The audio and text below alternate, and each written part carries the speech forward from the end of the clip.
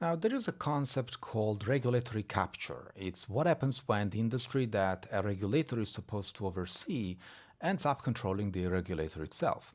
And usually it happens gradually. Industry insiders move into government roles, trade associations fund the think tanks that shape policy, and enforcement quietly shifts away from the big players towards small, easier targets. So what happened with the UI Act is a more efficient versions of the same thing. The regulation was being written while the technology was still being built, which means the companies building the technology were also in the same room, helping to define the rules. They didn't need to capture a regulator after the fact. They helped design the framework from the start. Now, of course, this is very different from how GDPR came about. GDPR was written years after data collection technology was already entrenched. It tried somewhat clumsily to retrofit accountability onto practices that were already everywhere. Well, the UI Act was supposedly different, written early while there was still time to get it right.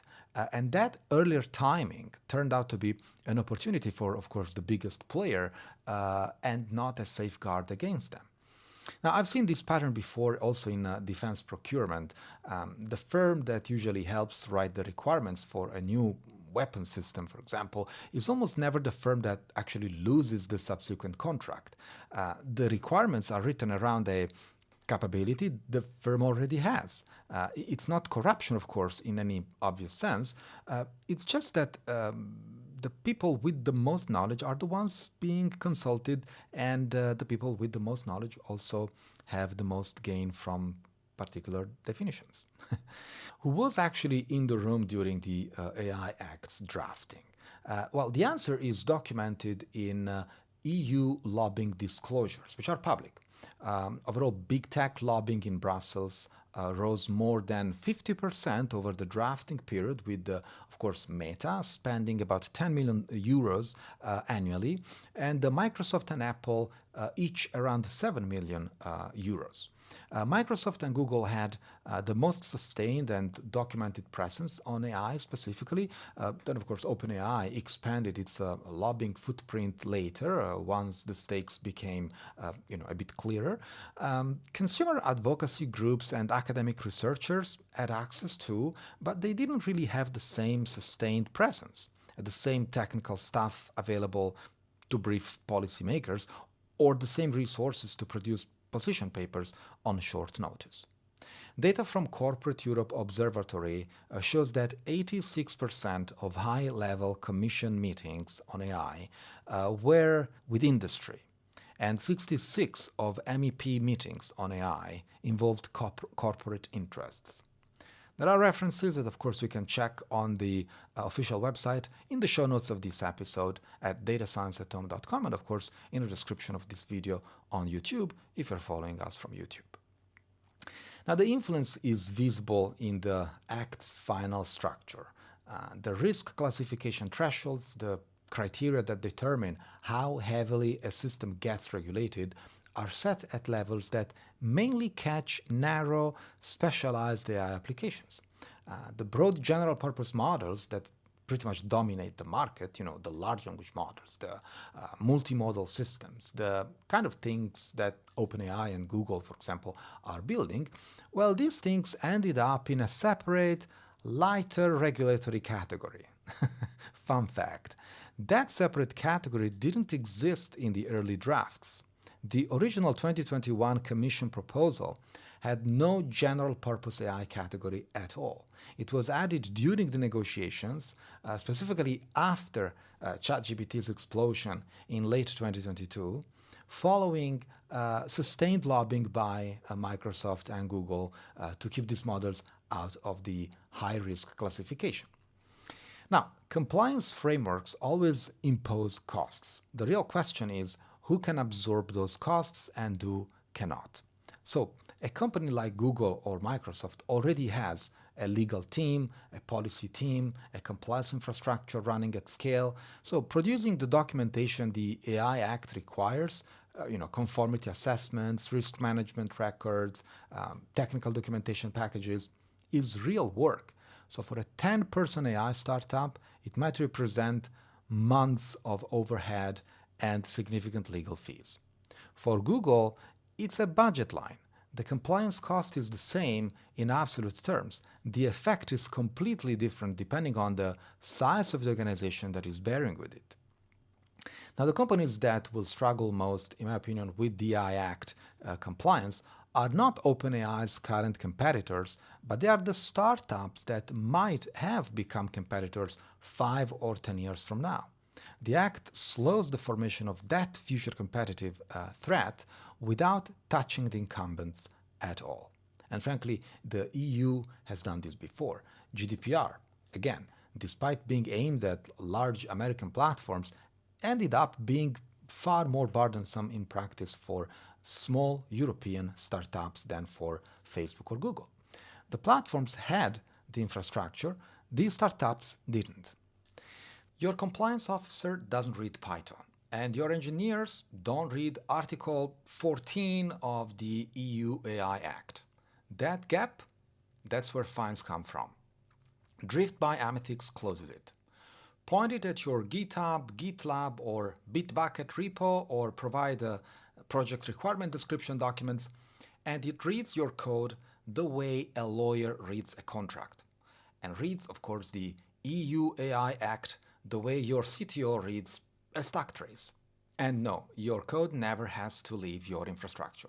You can run Drift on-premise or in your own cloud, it's your choice. Drift doesn't guess. It maps what your system actually does, line by line, to the exact article. Risk classification, transparency, human oversight, data governance, you name it. Then it hands you a compliance score, a risk register, and a report that your regulator will actually accept. The lawyer who can code, you can say, or the coder who knows the law.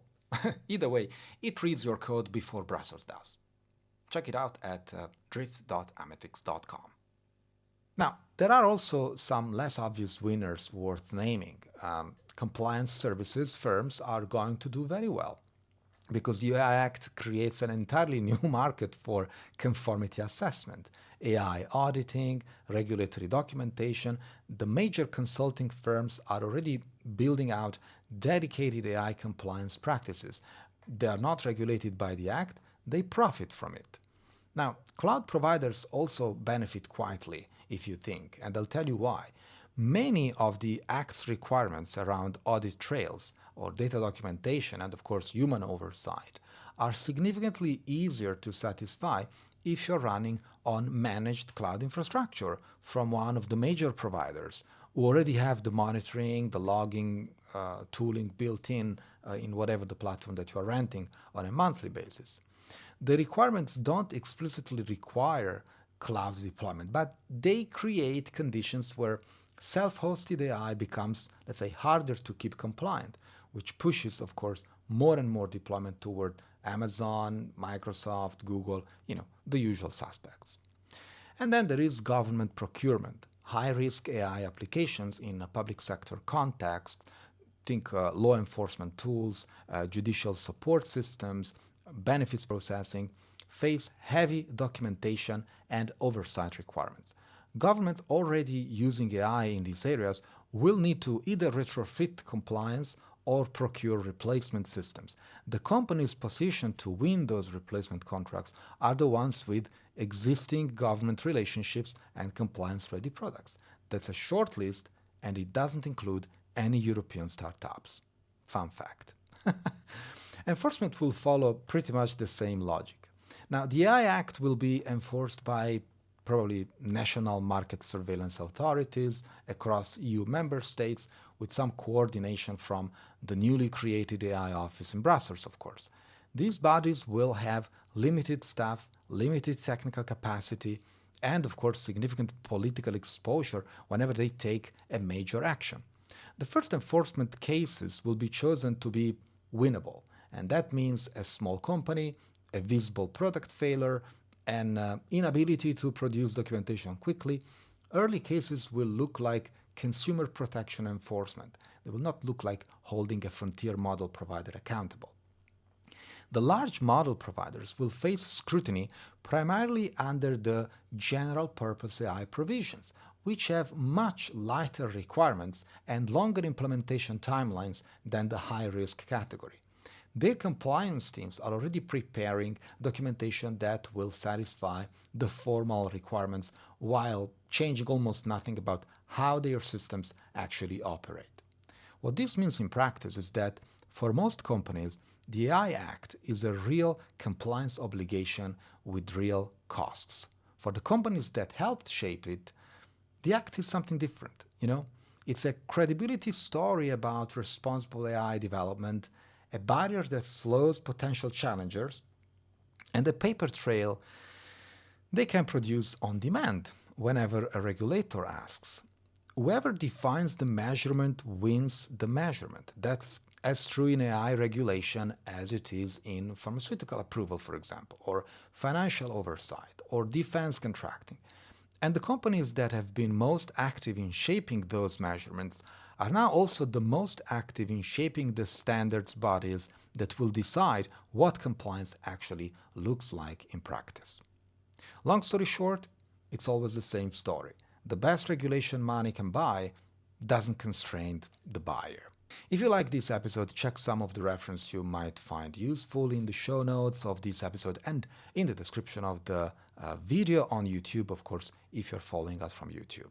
Speak soon.